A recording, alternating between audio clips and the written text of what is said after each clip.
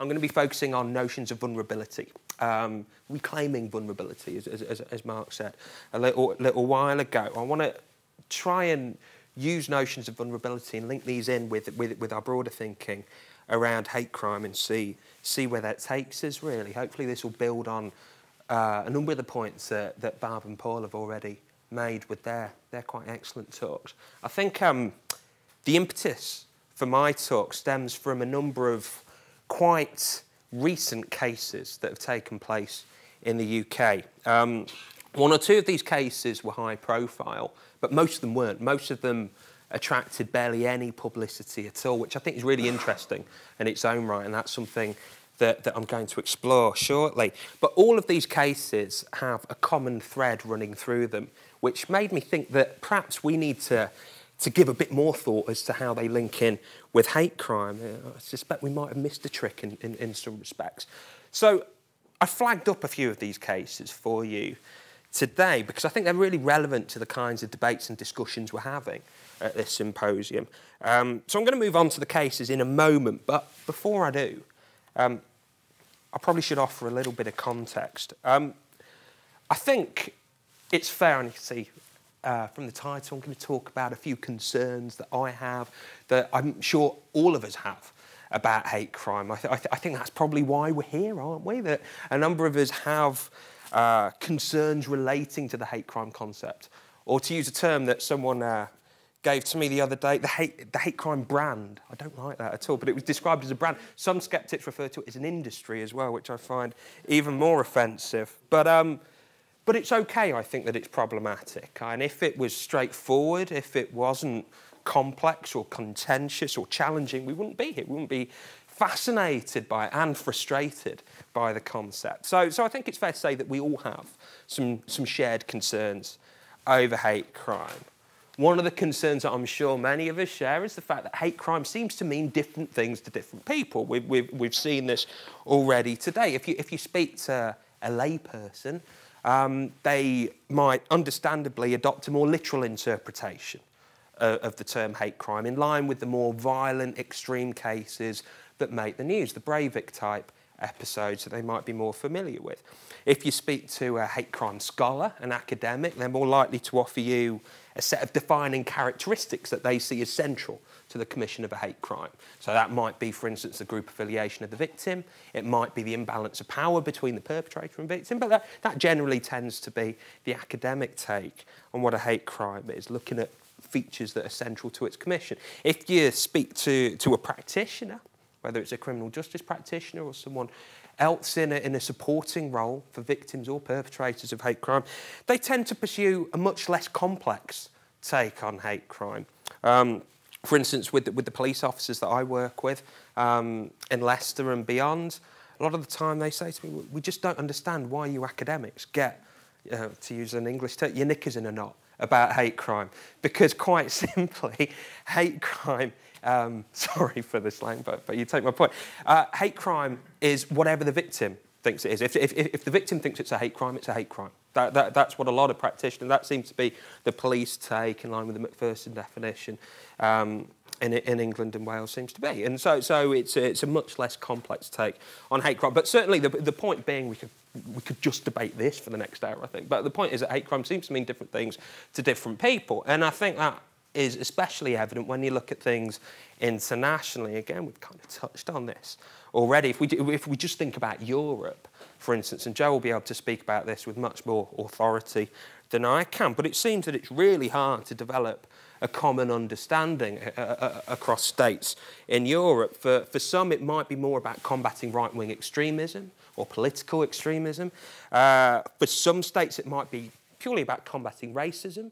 For others, it might be combating crimes against Muslims or anti-Semitism. It might be crimes against the Roma. So there are different laws, different priorities in different states. And I think it's not surprising that when you look at the figures collated by different states, you see some quite amazing disparities. Again, you're probably familiar with these kinds of statistics, but if you look at recorded hate crimes, this is 2009 for England and Wales.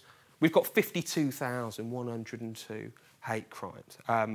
Now, that's a massive underestimate of the actual extent of hate crime taking place for reasons that we can go on to later, if you like, but I'm sure they're fairly self-evident. These recorded hate crimes are in themselves an underestimate. But nonetheless, that's by far and away the largest number in England and Wales. I think that in Europe, this number now, according to 2010 statistics, has dropped to just over 48,000, I think, according to the latest APPO figures. But that still puts England and Wales by far and away top of the table, if you want to look at things in that sort of a sense. Just to use a few other states from Europe, the comparable figures for Germany, just over 4,500 hate crimes. Italy, of all places, 142. Spain, a paltry 23. So if you judge this by figures alone, it makes England and Wales a hate crime capital of Europe. As we know, this is really an accurate reflection of how many hate crimes are taking place. It's more really a reflection of inconsistencies in data collection methods, an interpretation, really, of hate crime. And that makes it really difficult to draw any meaningful comparisons across states. So I think Joe and the team at the ODIHR have a really tricky job. So well done to you.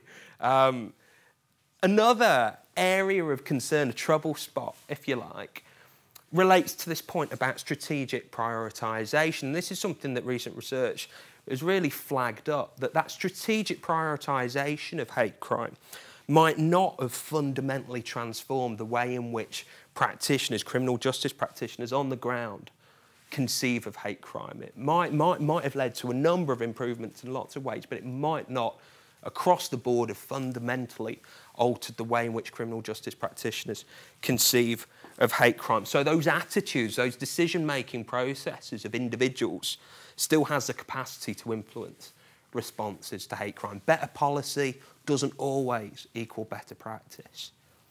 Okay, and as I say at the end of that point, the reverse might be true at times. So sometimes you might have really excellent work on the ground, but it isn't always matched by an organisational commitment to challenging hate crime. And I think that's really true in the current age that we're living in, this era of austerity, where organisations and NGOs are having to slash their budgets considerably and cut their cloth according to the economic climate out there. And issues like hate crime can slip down the list of priorities. That's certainly what I'm finding with my engagement with criminal justice practitioners and third sector organisations. That prioritisation is slipping because of these difficult decisions that organisations are having to make. So there are trouble spots there.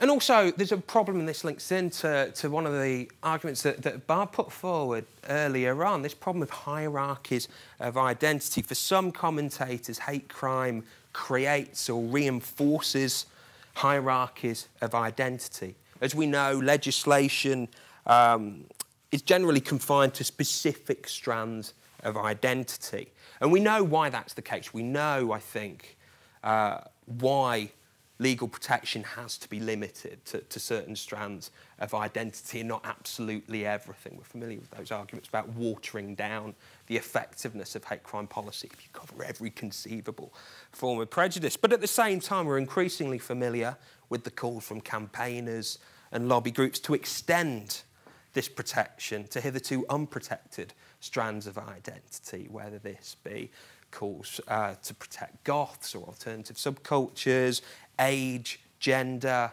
We're increasingly familiar with the calls to widen the scope of our legal protection and our academic inquiries. So these are just some of the problem areas that have troubled me, and I'm sure you can all think of countless other problem areas that have troubled you. And so I got thinking about all this, thinking, well, how does it impact upon the way I think about hate crime?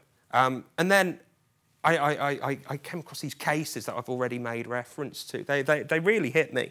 And they've changed the way I think about hate crime a little bit. So I'll introduce you to them now. I just should caveat these cases with a couple of points.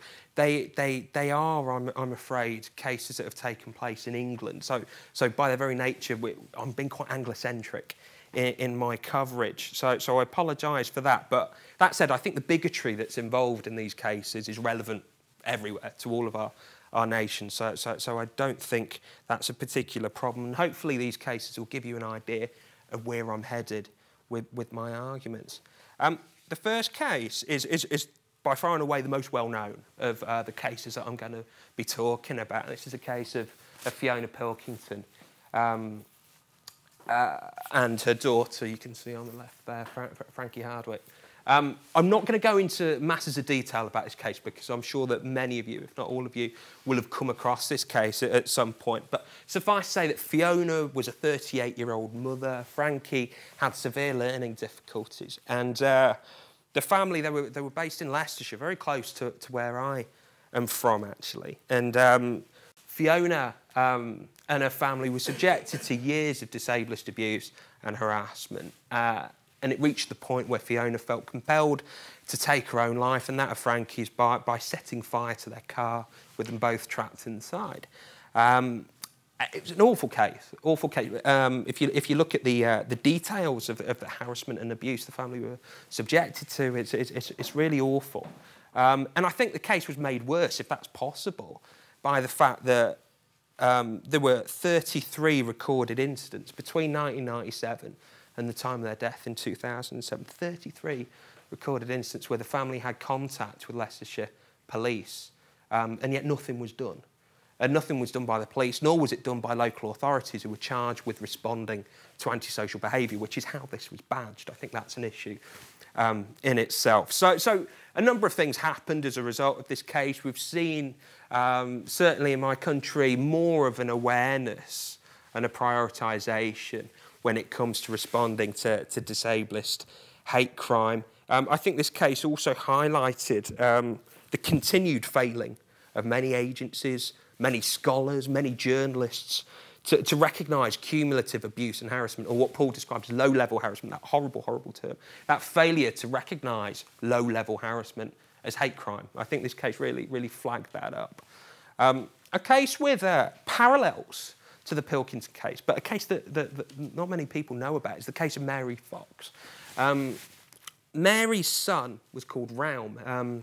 He was a 17-year-old lad who'd been subjected to years of bullying for his acne and unconventional dress sense. So basically around his appearance. He'd been targeted in much the same way as the Pilkingtons had been targeted. Mary and her son Raum were subjected to years of bullying and harassment from a group of youths on their estate in Cornwall, in Bodmin, in Cornwall. And on one night, it was bonfire night, November the 5th, 2009, Mary and Raum were subjected to a fireworks attack in their own home.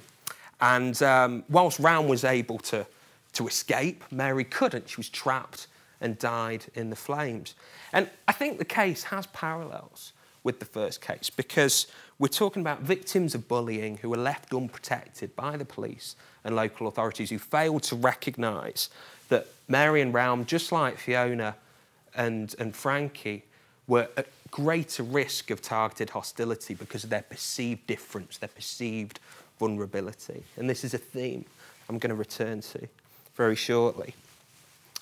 This is George Akers. I'm almost certain that you wouldn't have come across this case. George was a 59-year-old homeless man who was murdered in June 2010 in Darlington. That was his hometown, which is in the northeast of England. George was murdered by two 15-year-old youths who subjected George to what the police described as one of the most sustained and brutal assaults they've ever come across in their time. And if you read the police reports, it's really interesting. The youths targeted George specifically because he was homeless. They described him as a soft touch, an easy target, someone they could take advantage of. And they picked on him because he didn't have an aggressive bone in his body. That was another term that was used to describe him, not having any aggression within him at all to respond. So again, I think there are parallels here where you see that perceived vulnerability can be conflated with weakness and increases that risk of harassment and violence. I'm just going to talk about a couple more cases, if you can stand it, because again, like I said, I think the themes are really relevant to what I'm going to come on to in a moment. This is Michael Gilbert. The trial last year for the murder of Michael really gave, I think, even more prominence to the notion of vulnerability. Michael was described as a vulnerable adult during the trial. And for those of you who don't know the case, Michael was kept as a domestic slave by a family, and he was tortured for his benefit payments. And he was subjected to a shocking chain of abuse. It included being forced to sleep handcuffed to a bed to stop him from escaping. He was forced to drink his own urine, to stand in boiling water, repeated beatings, knife attacks. On the day, well, at the time of his death, he was actually killed because the family took it in turns to stamp on his stomach.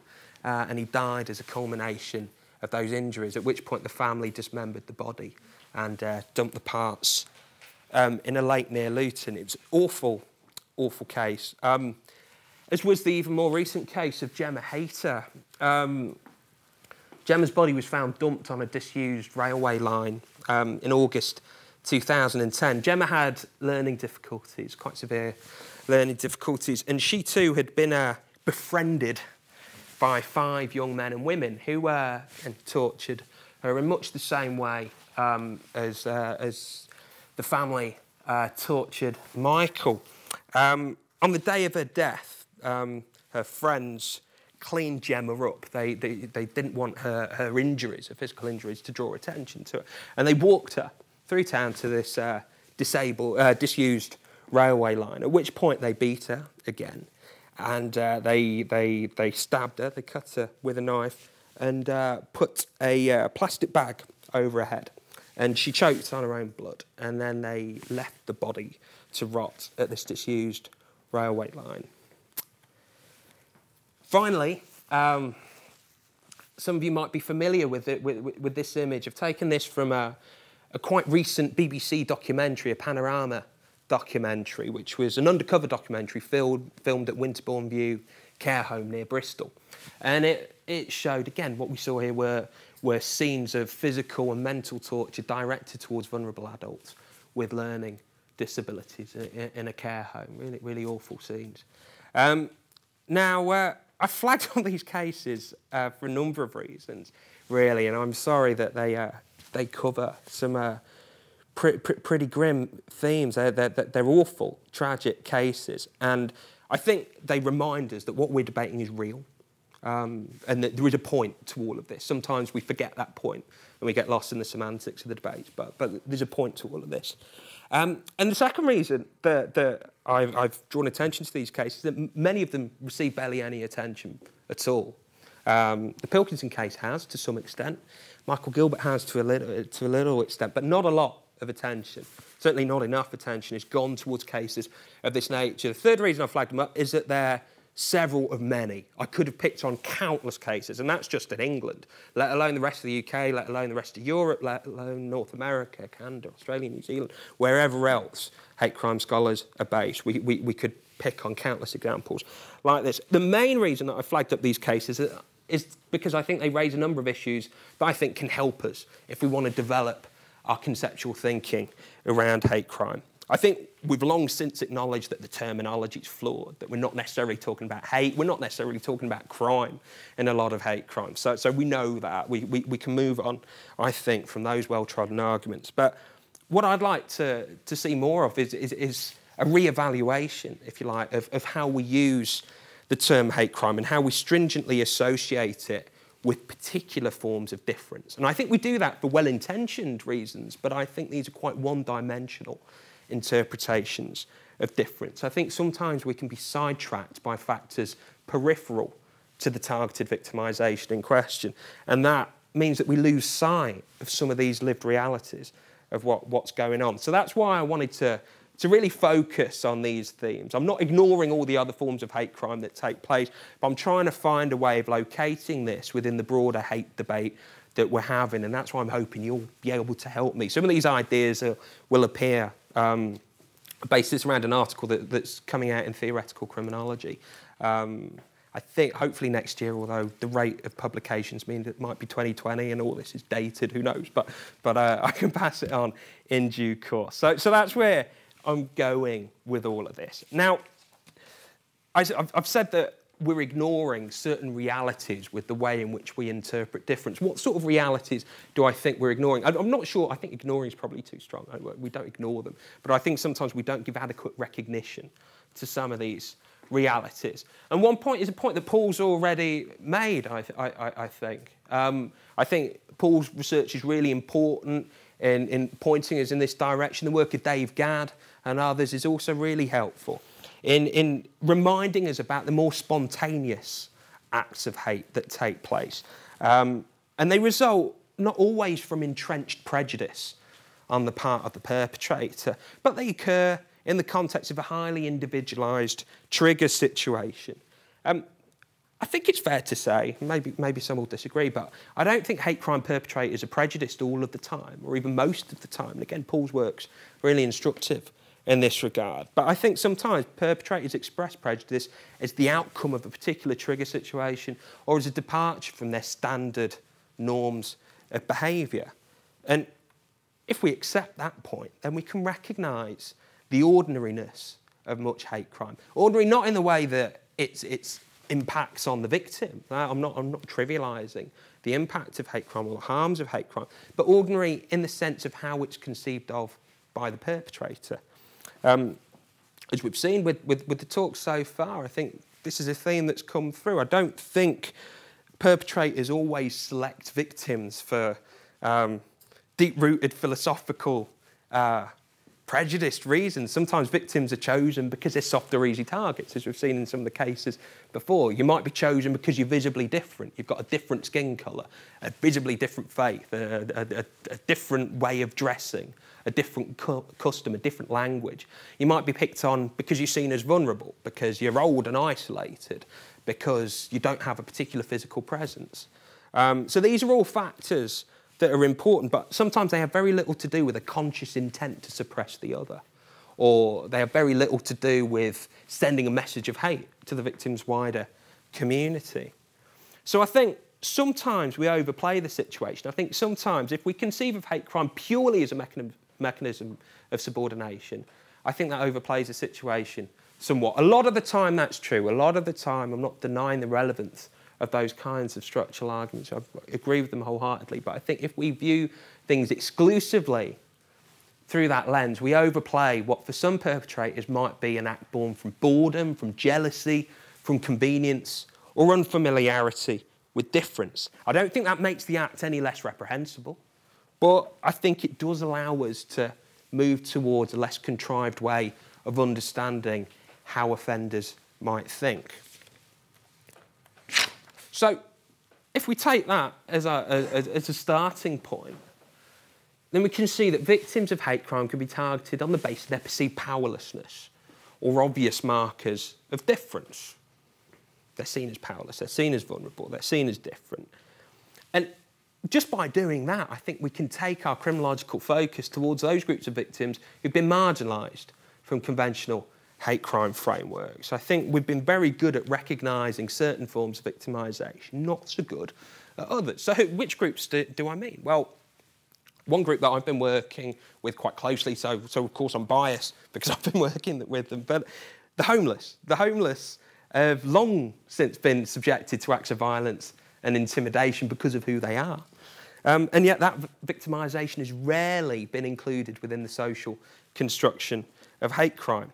You can make exactly the same argument for people with mental health issues, alcohol and drug dependency. Indeed, I'm working with quite a lot of families who, or individuals who've been cuckooed. I don't know whether you're familiar with that term. That's when you're befriended, to use that awful term, by a group of individuals who take over your property, use your credit cards, subject you to bullying, violence, intimidation, land you in lots of debt by using your credit cards, and often you as the individual family are too terrified to involve the police because you might have your own checkered history and don't want to involve the authorities, or you might just be absolutely petrified through fear. And that tends to take place in households where you've got issues of learning difficulties, mental health, drug and alcohol dependency. You can make the same argument with regard to the targeted victimisation suffered by sex workers or by foreign nationals, asylum seekers, migrant workers. These are all groups who are targeted because of their detachment from mainstream society, or because of their disadvantage, or perhaps because of their naivety in some senses. Now, these, I think, are all groups of victims who could conceivably be classed as stigmatised or marginalised groups, to use Barb's terminology from a 2001 work. But their victimisation is rarely equated with the forms of victimisation that we're more familiar with when we talk about hate crime. And I think these groups have been marginal to our inquiries. I think they've been marginal because they typically lack access to political representation. They typically lack access to resources. I think they're commonly seen as undesirables or criminogenic, in some ways deserving of their own unfortunate set of circumstances. Indeed, I was speaking to one individual who'd been subjected to cuckooing a couple of weeks ago, and he said, look, I understand that the public might sympathise with me. When I was homeless, I could see smiles of empathy and support from people walking past me. But at the end of the day, they'd always try and cross the road to avoid me. They would always want to not come into contact with me on a daily basis if they could. They sympathise with my plight, but from a distance. And I think that's really true for a lot of these groups that I'm talking about. So I think our conceptual framework for hate crime really needs to engage with these kinds of groups more readily if it's to maximise its full potential. I think if we're rethinking or kind of repositioning our framework, which I think we're doing with these kinds of events, then I think we need to account for three other quite important but often overlooked aspects of hate crime victimisation. I think, and this is a point that that's been made earlier, I can't remember who made the point, it might have been Heidi, I'm not sure, but we need to recognise the victimisation of groups who can sometimes be subsumed within the broad labels that we often use to describe categories of hate crime victim. I was rereading one of the chapters in your 5-volume set, Barb. I think it's by Arne Lind. She talks about Asian Americans, that term Asian American. Really good chapter. And she notes the rich diversity of ethnic groups associated with the term Asian American. So Chinese, Vietnamese, Filipinos, Koreans, Samoans, lots and lots of groups. It's a richly diverse term, but we often deliberately or unwittingly homogenise those experiences. And in a UK context, we make the same arguments with regard to the term BME, Black and Minority Ethnic. We make the same mistake when we use the term LGBT. We could even make the same mistakes when we use that term disabled. It covers so many different experiences, and I think sometimes we lose sight of the specificities of victimisation through the deployment of these generic labels. So I think that's something we need to keep an eye on. Linked to that, I think we need to recognise the intersectionality of identities that can be targeted by perpetrators of hate crime. This isn't a new point, and a number of us have made this point for quite some time now, but I'm not sure we've done anything about it, or not enough. Anyway, we assume that hate crimes are an attack upon our identity, which seems fair enough, but which identity? Which aspects of our identity? We tend to view identity in such a singular way that we can forget the overlapping, the intersections of a range of our identity characteristics, whether it's our sexual orientation, our faith, our ethnicity, our body shape, our physical presence, our wealth, our lack of wealth, our class, our lack of class. And I think these intersections are really, really important, as are other situational factors, where we live, who we interact with, whether we're walking alone or in a group, how we respond to provocation. These are all factors that I think are really ever so important when it comes to the commission of a hate crime. So I'm not convinced that our current models for thinking about hate crime, I'm not sure they have the capacity to recognise intersectionality, because they're really rooted in singular notions of identity. And I think we need to maybe move beyond that. I'm not sure how, but hey, I'm just a social scientist. I problematise. I don't find solutions. And thirdly, and again, linked to this and linked to some of the points that we've already made today, I think we need to recognise the capacity for members of minority groups to be perpetrators as well as victims of hate crime. I think to this point, hate crime has really worked on the basis that these are majority versus minority crimes, you know, crimes which sustain that powerful hegemonic identity of the perpetrator and keep the victim in their proper subordinate place. But that works, again, that's been really successful, works in a lot of contexts. But if we conceive of hate crimes exclusively in that vein, we overlook the prejudice-fueled expressions of violence and bullying that are directed by minorities to other minorities, or indeed against members of the majority.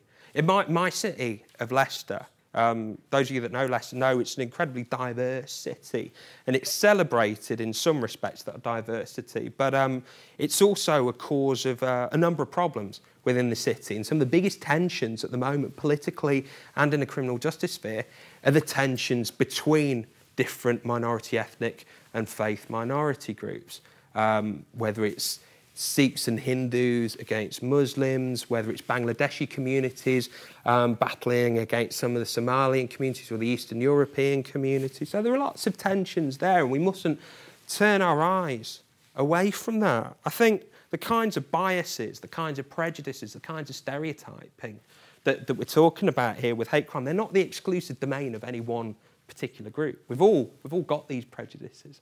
So I think in scholarly terms, we must recognise that capacity.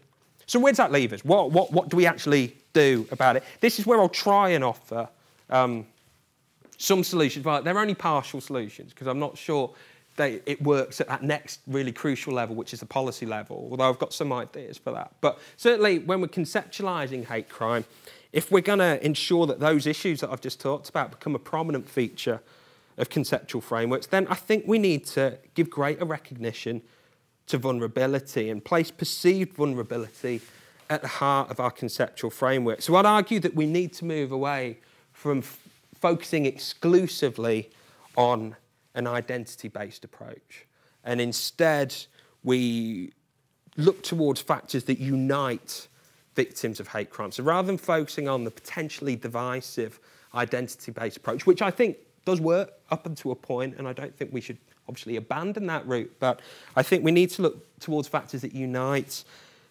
victims of hate crime in their subordination. I think that we can do through perceived vulnerability. Now that, as I say, doesn't mean we need to abandon identity altogether as a defining feature. I think perceived vulnerability can help us understand identity more. Perceived vulnerability can help us understand that attacks upon identity involve a much more complex, challenging interplay of factors than we might at first imagine. So that's why I think it's quite relevant. In terms of the term vulnerability, it's very contested academically. There are a number of writers like Alan Ralston, Susie Balderston, highly critical of the term vulnerability because of the kind of paternalistic process that's involved in designating someone else as vulnerable. It's kind of patronising, isn't it?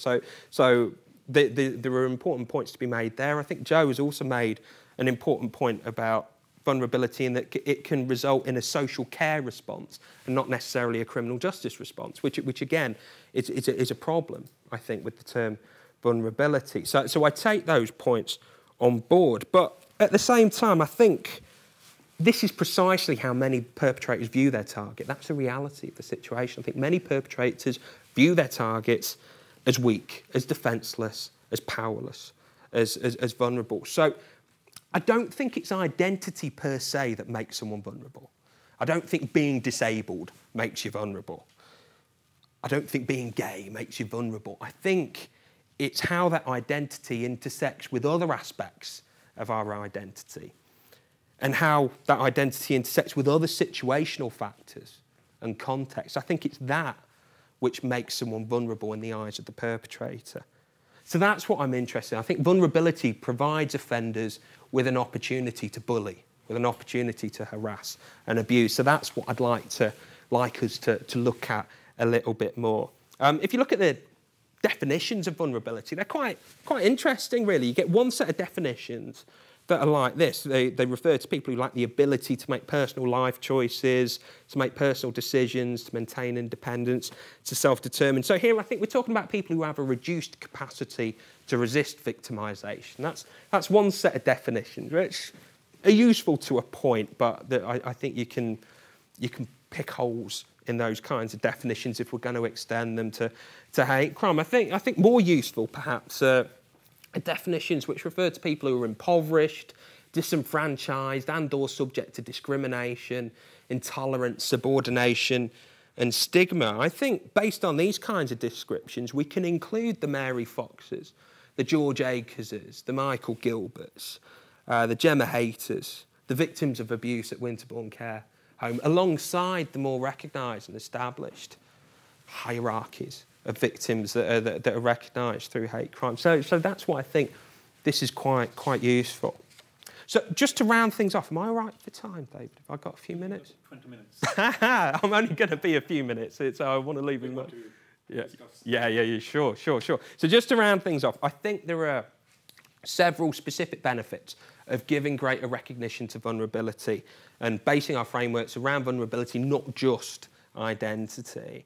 I think if we were to do this, it gives greater protection to those people who fall between the cracks of scholarship and policy. I think, as I said earlier, we're becoming quite good at recognising the victimisation and the needs of the more familiar groups of hate crime victims, but we're much less familiar with the victimisation of the less visible, of the vulnerable targets who slip through the net. And I think they do slip through the net. I think they slip through the net partly because of our preoccupation with minority group status and the legacy of identity politics. I think that's been incredibly important in getting us to a certain point, but at the same time, I think it's made us overlook certain groups, victims who don't have the power of class, victims who don't have the power of language, victims who don't have the privilege of advocacy groups or support networks or campaigners to lobby on their behalf. I think we've overlooked people who don't have the bargaining clout of political,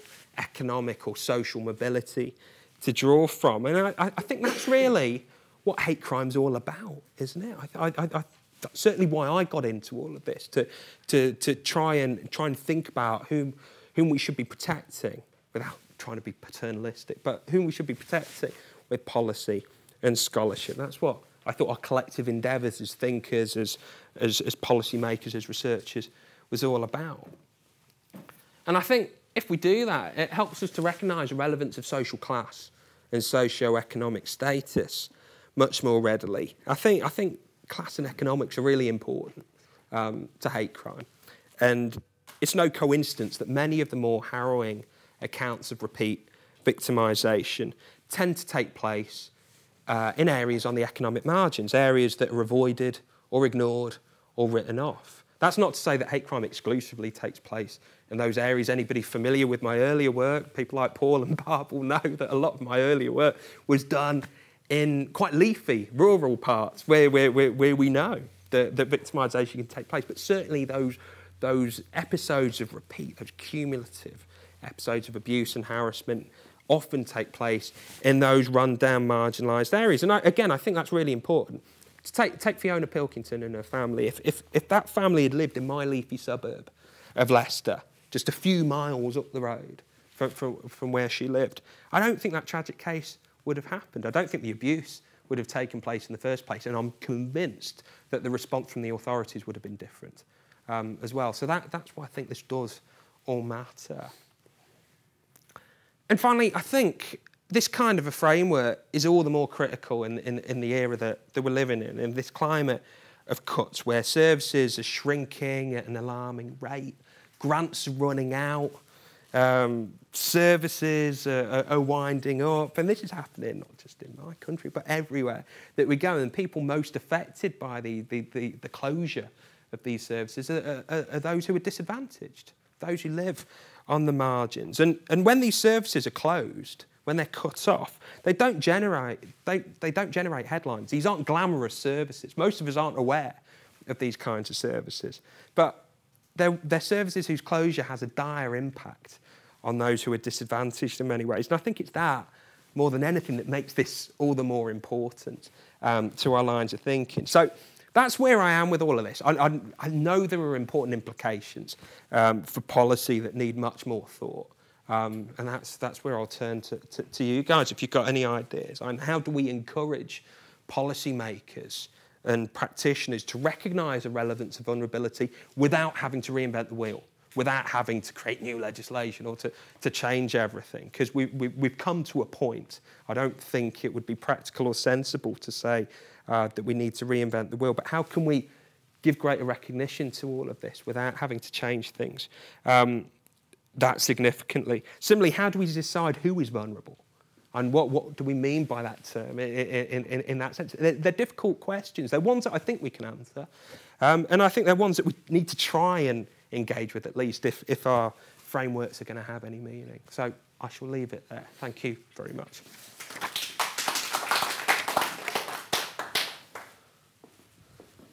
Thank you. Again, short question from me. I think this is a very interesting framework, and I think it's excellent to find new groups that are victims of hate crimes. But I wonder, are there some hate crimes that are actually based on the perception that the victim are too powerful rather than too vulnerable? Like anti-Semitic hate crimes, for instance, might be that. Yeah, I think that's a very good point, and I think not all hate crimes are directed towards people because they're powerless. So I'm not claiming that with this framework, and that's something I should have made quite clear. All I'm trying to do is draw attention to strands of hate crime that I think have been neglected. I don't think this provides a universal way of understanding hate crime, and that's what I'm struggling with, trying to factor this into our framework without it replacing or diminishing those forms of hate crime. So, yeah, I take your point. I don't think that accounts for most hate crimes, to be honest. I think that's a tiny amount that you're talking about, but still, we can't overlook them. Yeah, I think that makes the point as well about that prejudice is an important aspect of hate crime. Just listening to what you're saying. I think that's a really helpful angle. I think that it's almost, for me, it's almost like you need to get to the stage where you're reinventing vulnerability, especially for the disability community, if you like. I think that quite rightly they have really fought the label vulnerability, for the reasons you've got to. But of course, many victims of hate crime are situationally vulnerable, and for reasons that are complex, that include all of those issues. So I think also in policy terms it is very useful. And in legal terms, I mean, many jurisdictions have the concept of vulnerability,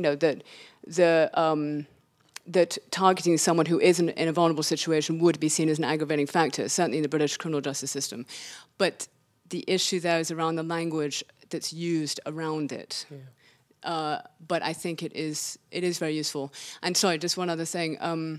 I mean, when working with, say, people from black and minority ethnic backgrounds who are sort of activists in the hate crime field, I think there's a sort of current thing of, we should be recognized as vulnerable. It's almost something that people are seeking from that perspective, that the police should understand that they're vulnerable to hate crime, that they're not perpetrating crime, they're actually vulnerable to hate crime.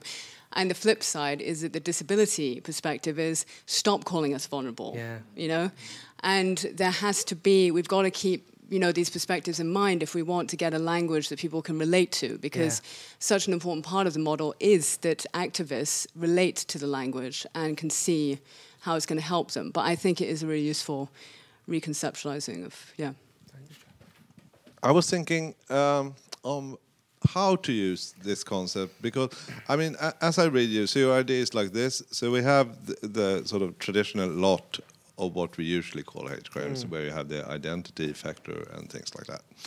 And then the problem is that not every person in those groups are victimized in the first instance. So you need to understand what makes some people victims and some not. Yeah. Basically, that's part of the question here. And vulnerability here to be weak in some sense, or to be perceived as weak. So in this case, what you do is that the theory is that the perpetrator is acting on some predatory instinct, at least as a part of why you do what you do. And then you cut over to these cases that would not normally be sorted in the hate crime category, attacks against homeless people, for instance. I mean, I guess you could say that if you want to have a theory that, with the help of statistics like the ones that Paul is working with and so on, that explains the phenomenon and maybe even predicts stuff, that would work with this. And then you would say, from the explanatory point of view and maybe the predictive point of view, this sorting of cases into hate crimes and not hate crimes is not that central. In the way the mechanism is more finely granular in a way. It's a collection of factors. Some of these figure in your typical hate crime, some do not, and sometimes they cross all over the board, and you find them in all categories of crime. So that's when you ask for the explanation, and I sort of like that idea. I mean, a multifactorial theory to try to understand some phenomenon. But then comes the question, okay, does this mean that this is a factor that we should make into some trigger for a normative response? Whether it's a special sort of condemnation or that we set up policy and legal systems in a certain way. And I'm not so sure about that. Because, I mean, as you said, that someone, preys on the weak could, I think, in many legal systems be used as an aggravating factor, that it's just especially brutal to do like that. So that's okay. That sort of fits into very traditional thinking. But over and above that, I mean, one suggestion would be that the power in using the concept of vulnerability is not only in the explanatory sort of scientific thinking around this, but maybe it feeds best into preventive thinking. So you think, okay, so one way of preventing hate crime would be to prevent that there are vulnerable people, right? So in more general terms, and this is, I mean, and I wouldn't be, I mean, this would fit my picture of a criminologist in a way, because when I started to think, I've just started to think about the preventive aspects of hate crime, my first thought was, well, the best way of preventing hate crime must be to prevent crime. And the best way to prevent crime is, social equality and all these factors that we know about through the spirit level and other works.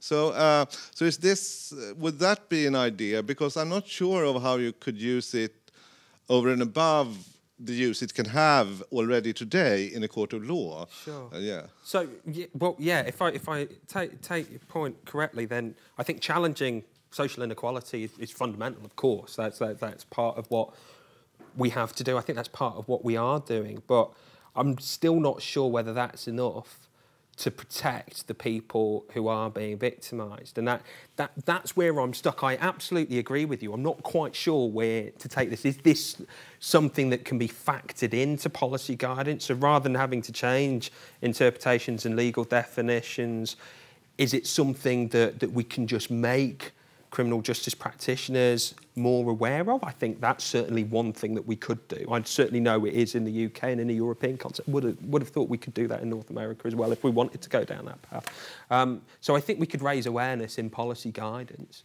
and material without necessarily, what I don't want to do necessarily is create new legislation. I'm not sure that that's what anybody here wants to do, to reinvent that wheel. So I absolutely agree, there's no easy answers to this, and that's what I'm struggling to do. I think I'm committed to going down this path of doing everything I can to try and champion vulnerability as an important factor, but how to actually engage with policy and change is a difficulty.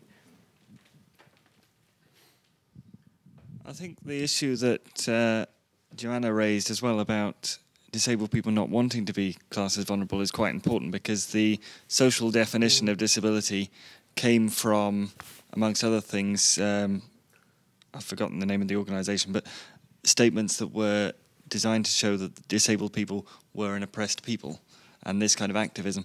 But actually, one of the interesting things, when I tweeted about my own thoughts on vulnerability in reflection to yours, I had the Welsh hate crime campaign tweet back to say the people we've interviewed don't want to be called vulnerable, which is interesting because the people we've done focus groups with have said, nevertheless, we are vulnerable. And I was just going to read a quote from one of the transcripts here. I've got some quite interesting quotations, but let's see if I can find the one I wanted. But it says something along the lines of, I'm scared to use my white cane, this is a visually impaired person. When I use the white cane, it's a symbol of my vulnerability. If I don't use it, people are more abusive to me because I bump into them. So it's both a symbol of vulnerability and a shield. And the CPS guidance on disabled people says that their vulnerability, this is in the UK, their vulnerability is not an aggravating factor per se, but it's a function of the situation they might find themselves in. I've got the exact quote in this report somewhere, but flicking backwards and forwards, I can't find it. But I think what's important is that we try and find a way of using vulnerability and weakness to be used as a way of empowering people rather than disenfranchising them. Because the danger is that we start using it in a paternalistic way again, and we wind back the clock 30 years in terms of the way that we describe disability. But if we can use it as a motivator for empowerment, because one of the quotations here says, actually, they're one and the same thing, being vulnerable. Let's see if I can actually find it. No, I can't find the quotations in my own report, which is extremely annoying. But the two, being disabled and being a victim, in square brackets, go hand in hand. People see you're vulnerable and do more crime. The same person then went on to say, they were also visually impaired, that they were both an easy target and a bad witness because they couldn't see. Yeah. But we've had some philosophical discussions inside this project as to whether that's a hate crime or whether that's just a convenience crime. And we need to look at how that works, of course. Under the legislation, it would work as a hate crime in the UK, to some degree. So we need to think about the way that works, because these people have to engage with services, and there's a lot of stuff in this report that we've put together trying to say, well, this is how people feel, but how can we make use of that? Because equally, if we label people in a negative way, then they react against it badly at the same time. There's just so many differences between communities. I agree wholeheartedly with you, Mark, but then you could make those sorts of arguments with the disabled community, if there is such a community, but you could make those. But then a lot of the people that I work with would welcome the opportunity to be patronised. They just haven't got to that state yet. They're just completely ignored. So any kind of awareness that people have of them, they'd love it. A couple of weeks ago, I was speaking to a homeless guy who'd been beaten a few weeks previous. It was a pretty harrowing case, but he was laughing at me because a few weeks previous to that, my wife and I had been racially abused while walking through Leicester city centre, just like the usual sort of packy-loving bitch, all that kind of stuff. Now, whilst it hurts, it doesn't actually hurt us that much because we have the privilege of being able to walk out of that city centre and go to our leafy suburb of Leicester where everybody welcomes diversity and mixed-race couples and all of that. And he was laughing at this, saying, because I was trying to empathize, I was going, oh, I know what it's like. I got some abuse yesterday. No, you didn't. No, you really didn't. And that I absolutely take that point that patronising people, well, some people would welcome being patronised because at least they're being noticed. Well, I think it's very interesting what you said about vulnerability. I want to add something from a different angle. I'm not sure whether it's a solution to a problem, but maybe just an idea. In developmental psychopathology, there are a lot of people who don't speak about vulnerability, but of risk factors and of resources. Yeah. And what you actually are having the concept is a concept of risk factors for becoming the victim of a severe crime. And maybe risk factors a little bit more neutral, or speak of lack of resources or something like that, because that's pretty much the same from a different angle, semantic angle. But nevertheless, these factors, they are risk factors for becoming the victim of a crime, I think. And that's interesting for police officers, because actually police officers have an eye for this. They have these schemes in the head for security risks.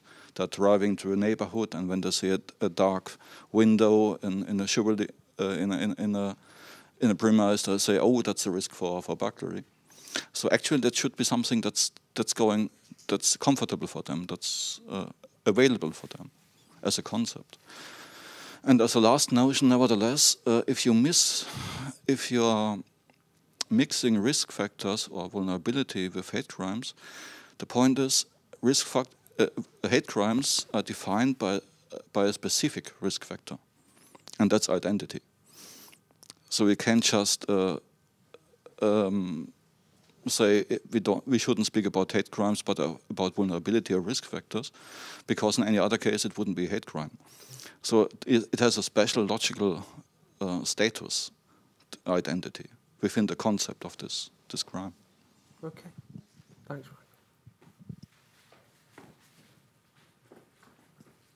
Ryan. As is often the case, we're now starting to sort of beat the same drum. So I'm going to add words to like effect to those who come before. This notion that, so you had sort of two recommendations, and I did want to emphasize what others are emphasizing, which is the tension between them, possibly even a contradiction, right? The notion that we should place perceived vulnerability at the heart of the matter, the heart of our analysis, and the notion that identity per se isn't to be equated with vulnerability or doesn't make people vulnerable in and of itself. Well, of course, you know, virtually all intentional criminals, all criminals who commit crimes requiring intent are just thoroughgoing cowards, right? They're always targeting people who they perceive are vulnerable, or at least invulnerable, as you call them, trigger situations, right? So, you know, the homeless are targeted because they're available. They don't have anywhere to flee to. They're weak, they're defenseless, and so forth. Rapists don't pick women out of groups. They pick the lone woman who's walking home unprotected. The kidnapper takes the child who is out of the eye of a caretaker. The small business owner is robbed because he's the only one minding his shop late at night. You know, the bank robber is the person who canvasses banks and figures out which one is guarded the least or has, you know, cracks in its protections. So in some sense, all crimes are crimes of opportunity. At least all intentional crimes are crimes of opportunity. So the worry, of course, is that if you move to a vulnerability analysis, you've lost what's special about hate crimes or about bias and prejudice crimes, right? You've simply described virtually all crimes. You know, even crimes committed against the powerful are always committed in situations of weakness for that powerful person.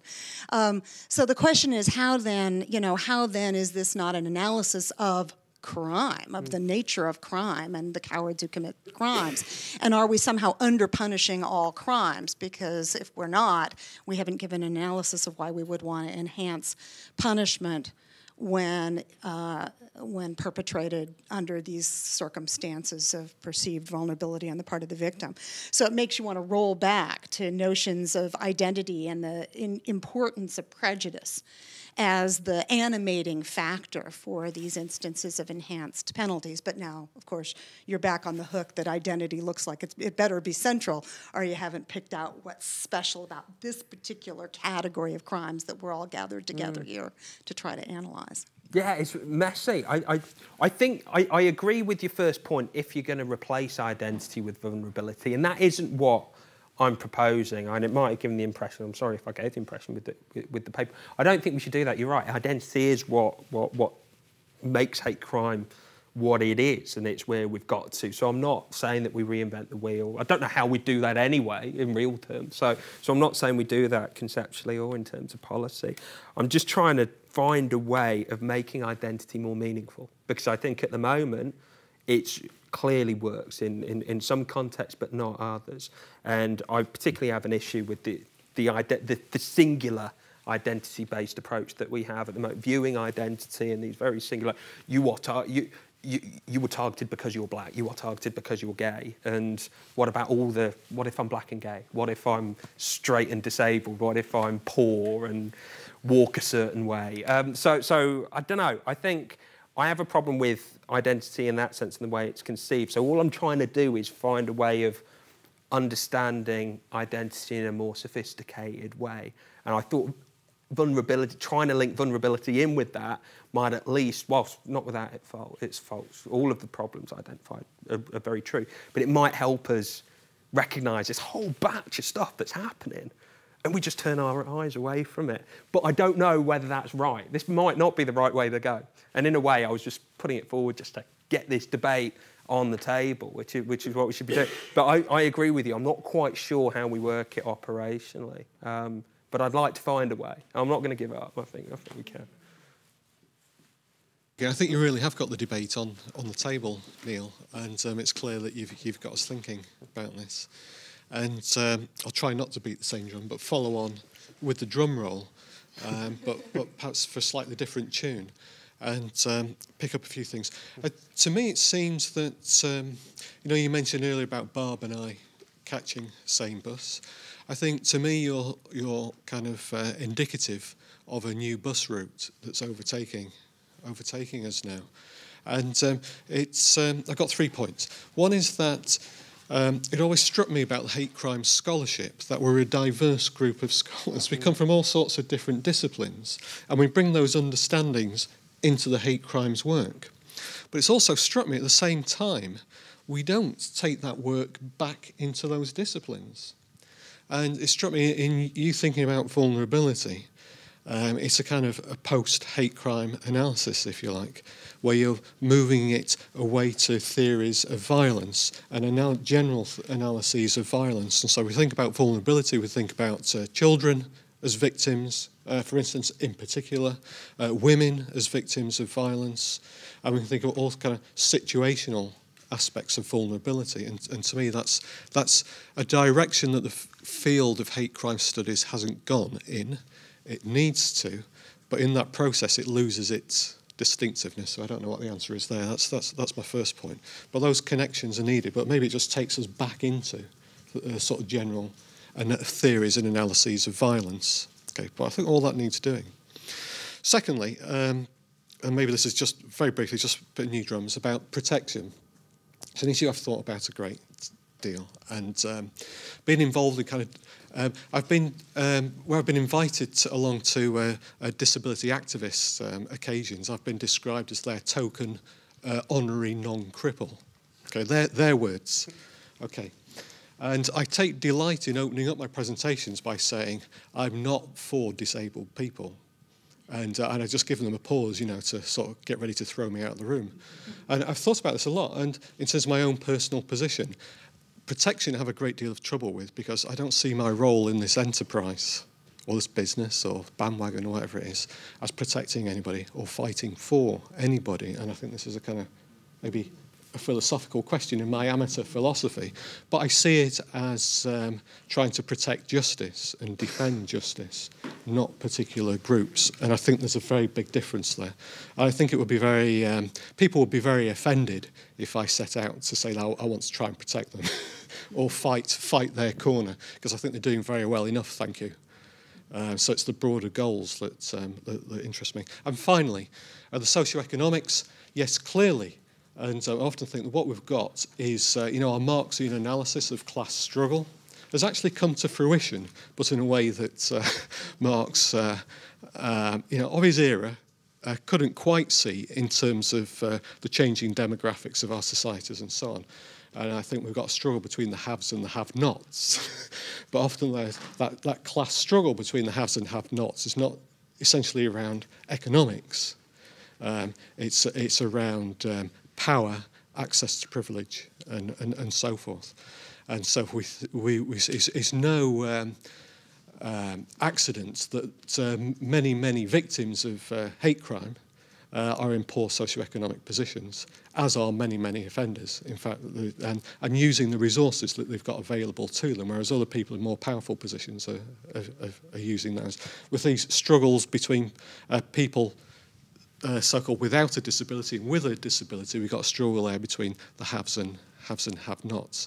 I would say this: we've got a class struggle going on the streets. Yep, sorry, I'll finish at that point. All good points. I'm not sure there's anything that I can come back to. I agree. Yeah, I'm terribly sorry. We are out of time. It's fine. Right now. Thank you, Neil. Thank you.